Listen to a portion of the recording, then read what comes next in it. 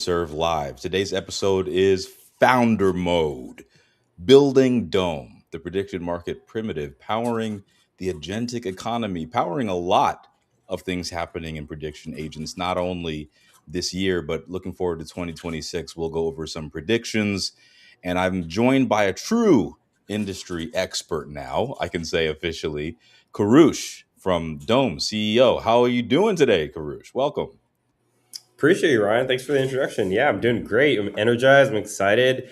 We've done a lot of really great stuff since I think last time we chatted, and so I'm just really honored to be here. Amazing, amazing. So today we're spotlighting Dome, and I've got lots of questions for Karush. I know our community does as well. And as we're spotlighting you, we can recognize that you've built one of the most important primitives in the entire prediction market ecosystem.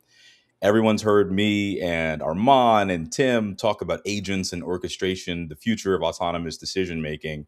And prediction markets have historically been one of the most hostile environments for builders. Inconsistent APIs, malformed data, missing deltas, unpredictable throttles. But Dome is the first team, I think, that has really solved that problem with your aggregation technology and your data layer that prediction markets never had. So for our audience, those who are watching, young and old, technical, non-technical, and in between, can you please describe Dome and what is it at a high level, and maybe get into some depth into what you're looking to do? Yeah, I appreciate that background, Ryan. That gives a lot of good context. So we're building Dome. Dome is a unified API for prediction markets like Polymarket and Kalshi. So what that means in simple terms is we allow users to analyze and trade across multiple platforms at once. And so what we noticed when we were initially building in prediction markets ourselves, my co-founder and I, we found it really hard. Just the APIs were difficult to work with, or it was difficult getting historical data, making trades, finding any type of analytics we needed. And so what we really set out to build is our main mission is just let's make it as easy as possible to build in prediction markets. Prediction markets are so early right now. We're still at the it's an emerging technology space. It's probably the 1% right now of user adoption. There's so much more growth like coming. And so in order to get there to power the new applications that people want to build on this space, like there needs to be that infrastructure layer. And we noticed that with our own experience of just working in this space. So we set out and said, hey, we're already building all of these tools internally for ourselves, for our own bots, for our own trading agents and whatnot. I'm sure other people might want this as well. And so how we actually started Dome was we were pretty active in the Kalshi and Polymarket discords, helping developers out there build, just seeing the same pain that we did. And we just asked them, hey, does anybody need this data? Does anybody need these tools that we've created?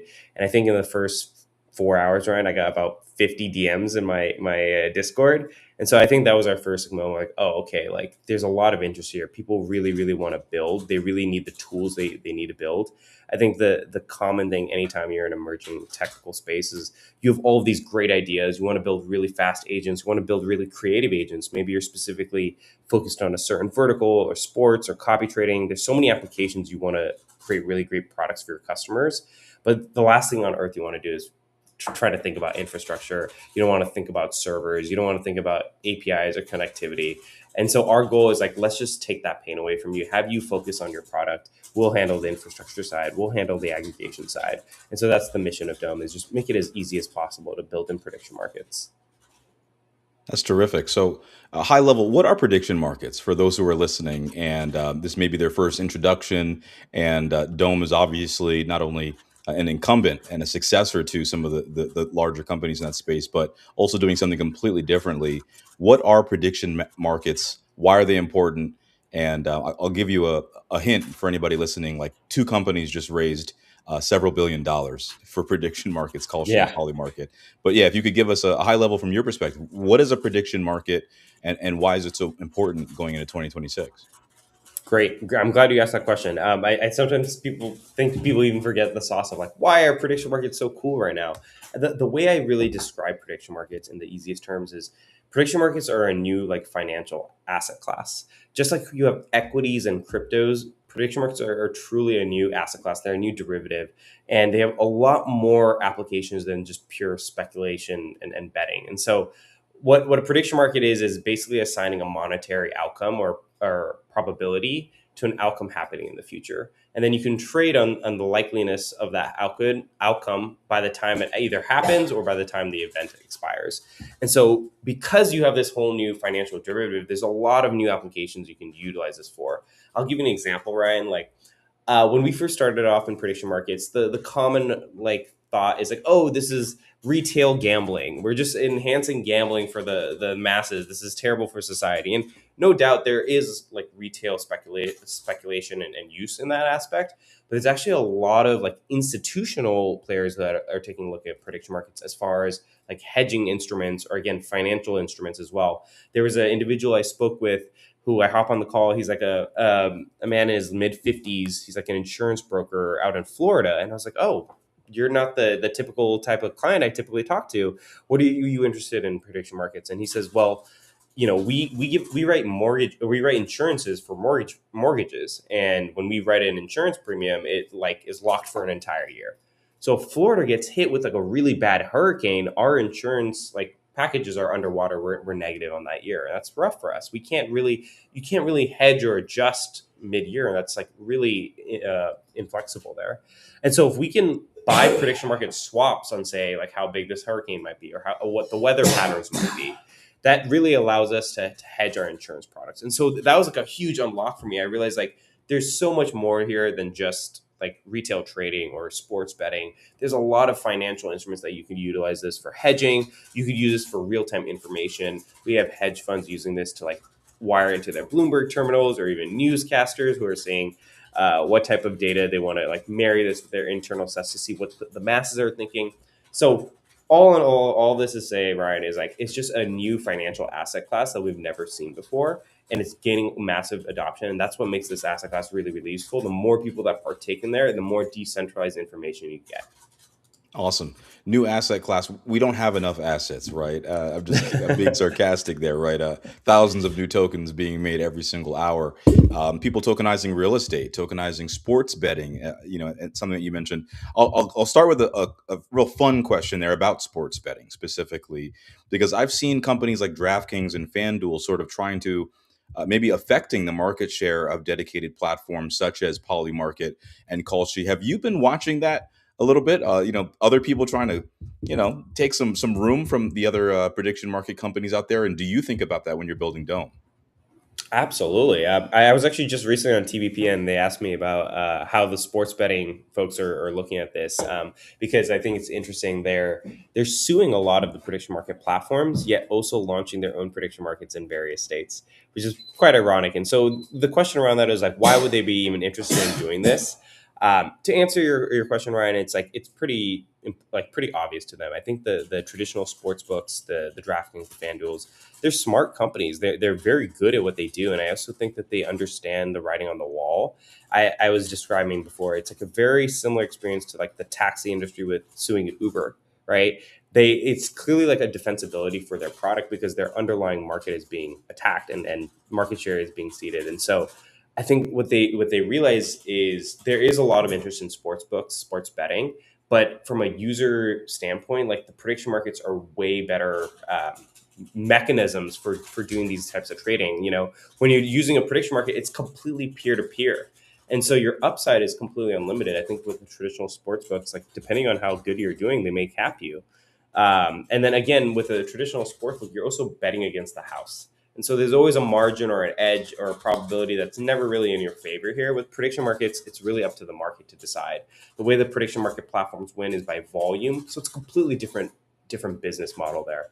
So I think over time, what you're seeing these these sports books is they realize that their underlying business is in some ways being attacked and they need to defend that. And so what I think you'll see is a lot of these sports books continue to increase their prediction market adoption, continue to see more partnerships there, and possibly even see a large market share of their underlying sportsbooks trading actually move towards prediction markets either through themselves or other platforms. Yeah, I think we might see some short-term pressure on market share there, but it's probably going to work out because it'll be a long-term validation of the market itself and the space, right?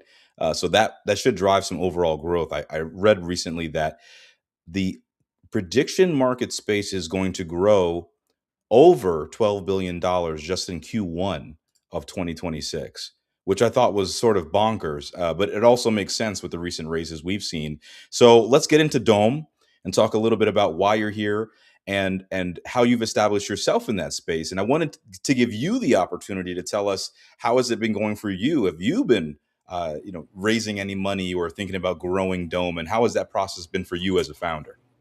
It's been incredible. The last couple of months have been really, really exciting. And kind of as you mentioned, there's been a lot of interest in the space. Both Kalshi and Polymarket are raising really large sums. We've just seen an influx in demand and a lot of people building a lot of great stuff. I think the last time we chatted, we had just started our experience in YC. So we were a Y Combinator company this last fall batch.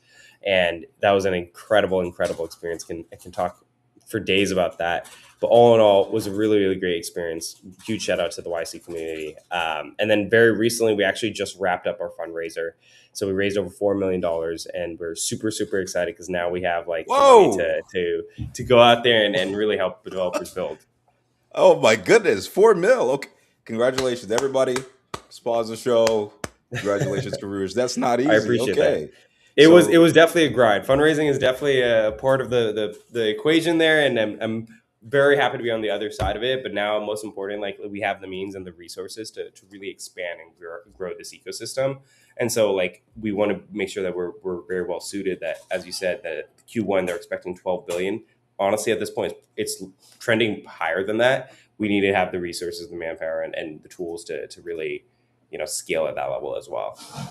goodness gracious. Okay. Well, yeah, everybody can see Karush's $1 million smile now here. I was already telling him about it, but it's been validated here. Wow. So breaking news here on OpenServe's channel. I think we might just we'll be competing with TBPN very soon. Okay, watch out, everybody.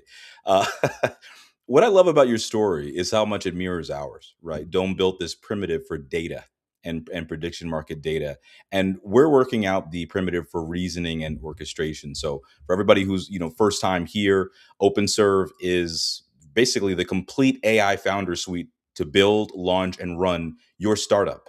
Whether that's a crypto startup or an AI startup, we've got the whole suite for you here. And we only build things for founder success, right? So you can compete with these billion-dollar companies that have had this AI tech for years. Why shouldn't you have it in the palm of your hands, right? So my question for you, Karush, is like, most developers, they can't build either of these pieces by themselves, right? Like I want to build a data aggregation tool, they need a co-founder or they need a CTO or they need an engineer, right? But the moment you combine Dome's data layer with our agent reasoning stack, suddenly anyone can build real prediction market tech, right? So now you have enabled really anybody anywhere that is looking to start a prediction market kind of company. You've given them a leg up with your integration with OpenServe. So I'd love to hear, like, what are you doing with OpenServe? How are you working with us, for those who are not sure how our companies are partnered? Yeah, great question. The long story short is the partnership with OpenServe has been incredible. I think from the Dome side, there's so many of our customers that we end up talking to, and we're like learning about their use case, and they're like, oh, I either find you through OpenServe or I'm using you through OpenServe. And so the more we like hear about their use cases, it's really, really incredible some of the stuff they're building. So you kind of hit it on the head, Ryan. Like basically you can be a one-man shop and running hundreds, thousands of agents that are running different trading strategies, different algorithms, whatever you need it to be. Whereas before, you would need a whole, engineering team, and you would need to hire like engineers to basically write these algorithms or write these use cases. Now, by having like these just agents work in these workflows, not only can you pull in prediction market data, you can bring in any other types of data as well. And so, while we like very much focus on prediction market data, obviously a lot of our traders and users are very interested with marrying that with like real world events. So seeing like, hey, when someone tweets or when a current event happens, what are the prediction markets saying? What are they reacting? Oh, they're not actually reacting. I'm ahead of the game. I can go in and trade that. That is like pretty game changer in my opinion. And so what we've seen is a lot of our users are like pairing both together. And long story short, like the OpenServe partnership has been super, super exciting to see. I'm super excited to see like every day new users are coming up with new workflows that they could use and use prediction market to marry data with. And in fact, the one thing that I'm very, very excited about, I think we were talking about a little bit of this before the show, but we actually just recently started our order router so that users can actually start executing trades in their agents as well, which is like pretty game changer. So now, like, not only will they be able to get information from prediction markets, they'll be able to like act on it as well. And so you can no longer need to be a Jane Street or Citadel. You can build that with just OpenServe and just having the algorithms and the edge in your head. Incredible. I mean, you put it perfectly. And if you've been following OpenServe, you've seen us run Open Arena. Open Arena has been a boon for us. It has exploded in popularity, and every single player in the market is watching it. And we've got a lot of integrations behind the scenes that have been born out of this incredible. I would call it a catalyst for us internally. And it's a live environment. Open Arena is a place where real AI agents are competing on prediction markets in real time. What you haven't seen behind the scenes, and this is where Dome comes in, is the amount of engineering pain, malformed data, and brittle APIs that so many prediction market founders fight when they're trying to get into this space to make agents, to make workflows, to make companies. I mean, I look at N8N workflows all the time. I try to see what other builders are building with other software, and it is a huge mess. If you want to know what people are building with prediction markets and N8N, go check out Reddit. People are furious because they do not have an integration with Dome, and that's exactly why Dome became one of our earliest and strongest infrastructure partners. Dome built us this missing primitive. It's a clean, structured, low latency prediction market data. And what you're doing is incredible. We can tell how hard you work behind the scenes.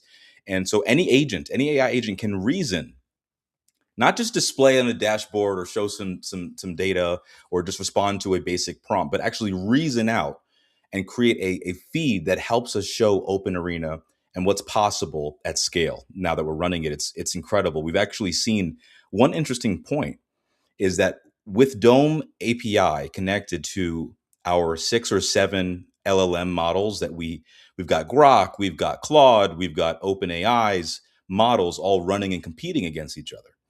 And sometimes all of the models agree on a prediction and they find consensus. So this has happened 3 times where all 6 models agreed on a prediction. And their record is 3-0. They've never been wrong when they all found consensus through Dome's data.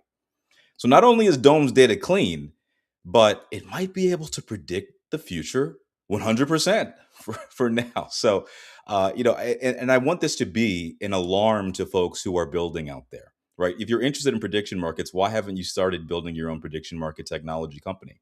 Why haven't you been doing it on OpenServe? It doesn't need to be difficult. It doesn't need to be something you're on the outside looking in on. So I want to celebrate the founders and those to be founders, those who are questioning if they can do it. Yes, you can do it. Look at Kurush. He did it. So why not you? And let's talk about another project that is also in the OpenServe ecosystem. Speaking of founders, I heard that you're friends with Ari from Better, right? And Better will be the first project that will be launching on Serve and through our tokenization platform. And they are building the world's first polymarket ETF. We had Ari on last week. It was a joy. So can you tell us what you think about Better and your first impressions of that project being built on OpenServe, if you have any thoughts?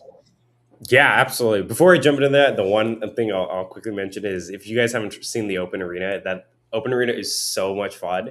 I never thought I would like be cheering for algorithms or just seeing how they do, but it's purely like entertaining to just see it. So just a huge shout out and appreciation for the work OpenServe has done. Really appreciate there. And then yeah, with R and Better, that has been so awesome to see. I remember the first time I was chatting with RN, he was like literally just in the idea phase. He's like, "Hey, I have this idea. This is really cool." He's a hilarious guy, really great energy, really good just temperament and approach to how he's building. And we were super excited, just like anyone else, like, "Hey, here are the tools. We'll get you set up. Like, you start focusing on your product. We'll take care of the infrastructure side." Started arming him with the APIs and the data, and to see how quickly he's been able to execute, to see how quickly he's been able to ranch from like idea to product is astounding. This is something that would take a year historically prior to this, and I don't even know how long it took him, but it was probably 10x shorter than that. And so really, really excited for Better. They're doing some really cool stuff, and I've seen him also like partner with OpenServ and how he's just gone from like, you know, engaging in the community to actually building something that people want, gaining feedback, listening to customers about to open their beta. And so I couldn't be more excited about it. I think Ari's product Better is like one of the top projects in the space that I'm super excited to see. So, what do you think about Ari himself as a founder, as a builder? Right? We had yesterday. I had a call with Jack from Pylon Partners, and I asked him about the chemical makeup of and the characteristics of a successful founder in this market. What do you think about Ari personally? For those who are considering jumping into Better in early 2026. Yeah, I mean, Ari, I think first of all is like mentality, right? Like you have to have the temperament and resilience to be like, hey, not everything's always going to be up and to the right. There are going to be times where it's hard and you're going down low, and then you got to figure it out. And you also got to be resourceful. You got to put yourself out there. You got to be willing to like DM cold strangers and ask them for help, or try to partner with them. And Ari is like just a really great guy. He not only did all those things and put himself out there. I remember he cold DM'd me. He's like, "Hey, I could use some help. I would love to pick your brain." And I respect that. I respect that. I mean, I've been there myself. I have empathy for those types of founders. And so I think one, first and foremost, above all else, he's a great human being. But two, he's like also a really good founder. He's got a really good builder mindset. I think sometimes that gets lost in the sauce is like people want the outcome, but they don't want to like go through the trenches of building. And I don't want to say like you have to always be grinding 24/7, but I think Ari has a really good balance between the two. He understands like he needs to like keep his ear to the ground and listen to his customers, but also ship and build, and then also be part of the community and help those who helped you. And so couldn't say enough good things about him. Yeah, I'll tell you my read on Ari. He's dangerous. He's dangerous in the best way, and he understands how millionaires, billionaires, and a company of billionaires trade. And so for him to understand to apply all of his knowledge and know-how for how the wealthy already make more money intelligently, and they don't, wealthy people do not like to waste money. Institutional companies, they fight over, millions of a penny, right? So the question is, can somebody build in the market that they understand, right? You want a musician who's playing jazz to be an expert and a fan of jazz music, right? So you'd want a founder who understands this new asset class to understand how money moves and how money works. So he's one of the only founders who can actually turn what we've built at OpenServe into, really making it his own, and building, taking the stack all the way to the moon. So no financial advice here, okay? But I'm bullish on Better and Ari. So I want to give you an opportunity to tell us about some of the things you're excited about for next year, right? Because you've been solving data. Maybe you already solved data now that you raised over $4 million, right? But tell us, like, what is happening next year? What does 2026 look like? What are some trends or some things you've been seeing recently? We talked about sports betting and some other stuff, but Mhm. what are people missing, and what should they be looking forward to? Yeah, so still a lot of data to solve. We're just starting off with like you said, the primitive blocks, but we really want to go deeper as far as like more insights, more platforms. We want to expand. I think there are a couple of platforms we're looking to add integrations with. I think Novig, ProfitX, Limitless. Those are mere markets, I believe. All of those are going to be coming in Q1 of January or of 2026. That is. So we're really excited to offer new platforms as well because again, like as you kind of mentioned, Ryan, like you'll see what we're seeing is like Kalshi and Polymarket. They're taking on the world. They're creating prediction markets for the international stage. But there's a lot of like local markets that are getting really really interested in prediction markets. They want to launch a prediction market in their area. They say, hey, I know Latin America very well. I know these local sports teams. I want to create those markets there. Those are the type of markets that maybe Kalshi and Polymarket wouldn't be really invested in, but they can create a really strong community. So I think a lot of 2026, what you'll see is you're going to start to see a lot of new players, a lot of new prediction markets focusing on different verticals, focusing on different regions. As you kind of alluded to earlier, you're seeing a lot of the bigger institutional folks also launching as well. Robinhood is launching theirs. DraftKings just bought Railbird, I believe. FanDuel is launching theirs. There's a bunch of companies that are going to be launching their own as well. And so I think you'll start to see a little bit more competition, a lot more specialization in certain areas and whatnot. I think some of the things that we're super excited about, oh man, there's a bunch. We're really excited about our order router. My co-founder has been putting a lot of really good time into the order router. Right now, if you want to place trades on an individual platform, each one has like a different flow. Maybe it's crypto, maybe it's not crypto. we're going to simplify that. We're just going to make it super easy. We'll eventually do account management for you. If you're using crypto, we'll handle like the privy wallets or the smart contract wallets for you, so you don't have to think about that. The other really big game changer that we're working on, and full transparency, it's still to come, it's still in development, but we're working on like a fee module. And why the fee module is really, really exciting is because we have a lot of our users, they're doing an incredible job, Brian. They're getting a bunch of users, thousands, 10,000s of users. They're building agentic trading terminals or copy trading. There's a bunch of applications, but they have no way to like monetize the flow of their product. They have no way to like gain money from this really high valuable service they've created. And so what they end up doing is they just putting a paywall in front of their service. And that's Mm, terrible for the whole community, right? And now this is a really awesome project, but I have to pay $100 to like use it.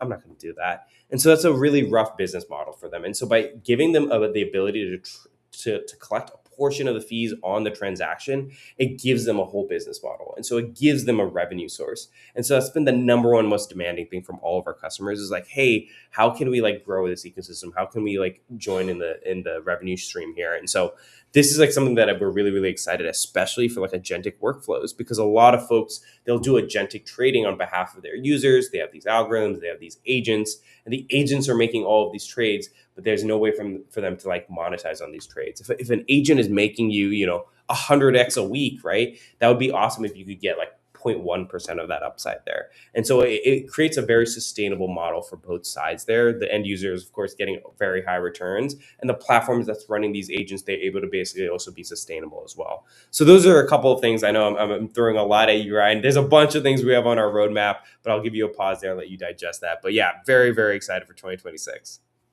You can never throw too much money at me, Karush. Okay, just to let you know. Okay, you can throw as many fees on my behalf my way. Listen, I really like the fee module idea. Let's make fees modular. It solves a huge Yeah, incentive problem for your builders. And right now, they either probably have to overcharge with a hard paywall or basically give everything away. So that's not right. ideal. And if you can let them take a small transparent fee on the flow instead, like that workflow, you keep your products open. So I'm all about aligning incentives with users. So let's make these projects actually sustainable, give people autonomy and the ability to format their projects and their companies the way that they want to. And that's the whole point of engaging with an AI orchestration tool like OpenServ, right? And so we're in talking about these agents that are trading, right? We've fully integrated X402 and ERC 8004 across all of our platform for build and for builders on serve. The next part is really run, right? Where we want to make sure that these builders, after they launch their platform and they launch their workflow or launch their token, that they actually can run their company with agents as well. So we've been seeing some founders that have been struggling on their own, right? I think it's an age old tale. I mean, the hustle culture we live in, the entrepreneurs that are trying to make their lives easier by using AI, but they're really struggling, right? Trying to build their own stack. And so we are actually instituting a run program here on Serve. We'll have an AI co-founder, we'll have a scout to help you pilot out exactly what's coming out next and have a CTO, have a CMO that is agentic and helping you run your company. Is there any part of your stack today that is agentic, and how do you use AI in your day-to-day work as a founder?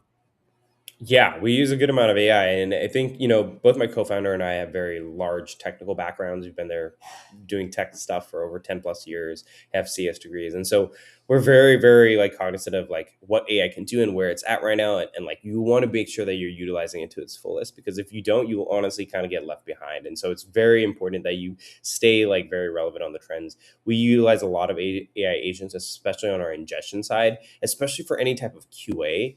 Like it's extraordinarily good for quality insurance. And you can imagine a product like ours, like Ryan, like you really need to ensure that the data is accurate, the data is real. You have people trading and moving real money based on the data we are serving. So it's very, very crucial that it's real and that it's accurate. And so while we've like built all of the ingestion systems ourselves just to ensure like, hey, it's doing exactly what we expect it to do. And we've solved this very similar problem at our previous company, Alchemy, the largest blockchain infrastructure layer in the world. We use a lot of agents to really just make sure to like check our work, make sure that the product we're really delivering to customers is at the highest of qualities. Especially this is really relevant on like the AI, the aggregation layer where we match markets across multiple platforms. I think there's a common notion that, oh, you'll just get AI AI to like match all of these things together. It hasn't actually been the case. It's not quite there yet. There still is a human in the loop. There's still a lot of like personal engineering we need to do to make sure these match markets are one to one. Because the ultimate thing that our philosophy is like, hey, if Dome says these two markets are equivalent, we are guaranteeing you that they're one to one. The last thing we want to do is say, hey, these are the same market, and they actually aren't, or they have different resolution criteria. And so that portion, there's still a lot of engineering stuff to do, and there's still a manual human element to that. But we really, really utilize AI to be that like work checkers, basically saying, hey, is everything lining up here? Are the assembly lines correct? Are the buttons and the knobs tightly positioned essentially? And so that's been super, super useful, because historically we'd have to hire a 15-20 person team just to like ensure data quality and support. Like AI has been really, really crucial to solving that portion for us. Yeah, and I think everybody is seeing AI become more and more a part of their stack, and that's a hard trend, right? You're only going to add more AI to what you're doing. And I said this 6 months ago when I joined OpenServ, that by the end of 2026, if your app does not have AI woven throughout what you do, it will feel like dial-up or Windows 98 or Windows Vista at best. And that goes for everybody. And if you're wondering if this is true or not, just look at all of the Fortune 500 Yeah. companies. Every single one of them has been using AI probably longer than you individually have, and they're Oh, for experts with sure. it. And this information is incredibly valuable. So it's only going to, all of the trends are shaping towards everybody is going to need an AI stack. So that's why we're building what we're building. Dome is something impressive. You're at the intersection of two hugely important new narratives, which is data is everything and prediction markets are exploding, and both of those are true. So, we're hoping that with our run suite of services that are coming out, and this is a big one, Serve Autopilot is something that I've been seeing behind the scenes. And what we're talking about is having an AI CMO, an AI CTO, an AI quality assurance team is a great template I'd love to roll out for folks. All the operations that normally take 5 to 10 hires that would slow down an incredible company like you, what you're building in the past. Now you can, handle an entire team easily. They work 24/7. And when you pair that with Dome, now you don't even have to have just the intelligence and reasoning. Now you have market truth, right? Because you have all Yeah. of these people autonomously making sure that they're double checking each other. And with OpenServe's technology, our agents actually reason with each other. They collaborate together. They're not just chatbots. They're a stack of coworkers that actually chat and understand each other. They have memory and they share. And so I want to put you on the spot before we wrap up here. Um, because I do want our founders and our listeners out there to see the whole ecosystem, the builders, the institutions, the copy traders, the degens in the OpenServe Telegram chat. Shout out to y'all and all of the serious financial players, right? What is your message to builders out there, right? You just raised $4 million. You just been through the YC program. A lot of people are looking at you as like, you probably have the best vision on the future, right? So what should they be doing right now? What opportunities may they be sleeping on, right? And where do Dome and OpenServe potentially come into play helping them? Yeah, honestly, Ryan, the best advice I could give is just from personal experience. So, despite my co-founder and I being mega prediction market nerds and working in the space for over a year, when we first launched our company, we actually weren't looking at prediction markets. We knew we wanted to build something, we wanted to create a lot of value for the world, want to help people's lives, but it's kind of hard to figure out what that is, right? I'm sure the founders of OpenServe, it was also difficult for them at first to try to figure out how do we bring value to the world, right? You have to go through this idea maze of like trialing and experimenting to see what really, really is valuable. We created two previous companies, and the first one we were just way too early. It was in stablecoin compliance, really great idea, Mm, but like the market's just not there yet. The other one we worked on really well was like a like crypto and Web3 like lead generation, like the ultimate database to find anyone in Web3, whether you're searching their Telegram or their Twitter or whatnot, you can find who they are. We found this to be really, really valuable, and we actually even got a couple customers, and we are doing pretty well. But the honest truth, Ryan, was like my co-founder and I would wake up and we were just dreading going to work, mm, and we're just working on our own company, and we realized after like 2-3 weeks of us feeling this immense pressure of why am I not excited, why am I not yeah. jazzed up, we realized that while this might be a good business, while we have some traction, it's not the right business for us. And so at that point we actually turned it off. We voluntarily like quit that business, turned it down, And we said, instead of trying to find the next $1 million, $1 billion business that we're trying to like sprint towards and create, let's stop. Let's just work on things that we're really excited about. Paul Graham has a really good essay about this. Just work in spaces that excite you. And so we took an entire month off, and we just explored. We just had some fun. We just built things for fun, not even trying to make money or even make a product. And what we found is that we ended up gravitating towards prediction markets because that was the thing we had known so well and got so much excitement and joy from. It didn't feel like work. And it was on that journey that we started hitting some walls, hitting those roadblocks, and we kind of unblocked it ourselves and unlocked it ourselves and realized, oh, this is what we're meant to be doing. And Mm. so that's the ultimate advice I can give people, is like, don't necessarily try to find a problem out there. Work on things that really excite you. Work on things that like make sense to you, that give you the energy to wake up in the morning. Because I promise you, like on the journey there, you'll find a problem or a friction point that you are personally experienced and it's personal to you.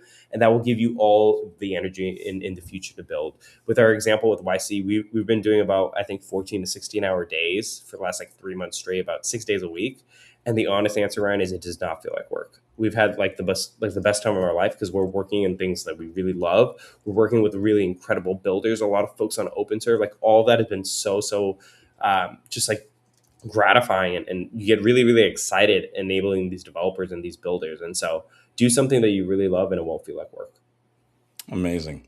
Well, you heard it here first, folks. Okay. Explore your own personal interests. And if you are exploring, you will find that you may need money, you may need connections, you may need new software. And that's why OpenServe is here to support you. So you're not alone. And if you're watching this, don't feel like you're very much unlike either of us, right? You can definitely do and achieve what has been achieved here. All you need is to be a nerd about what you're interested in. Kurush, thank you so much for joining us today. Where can people find you and follow Yeah, up with the exciting $1 million raises from Dome? Yeah, you can find us at our website, domeapi.io. We're also very heavily on Twitter. You can follow my Twitter, Kurush Dubash, KURUSH DUBASH. We also have our company Twitter there. We're constantly posting updates and new stuff we're building. We're also very active on Discord. So if you go to our website, there's a join Discord button on the top right. We've started building a really, really great community of builders there. There's a lot of OpenServe folks there as well. So have any questions, feel free to hit us up, join our community. Happy to chat. Thanks for coming on, Kurush. Everybody, please go follow this guy. Okay, he's a genius. Don't miss out. And he's going to be crucial to your success in 2026. We'll stay close to the Dome story, and you keep it locked here. Please subscribe to OpenServ at OpenServ AI and join our Telegram. We're booming, we're bustling, and we're happy to have you here. Until next time, everybody, have the best day ever and take care.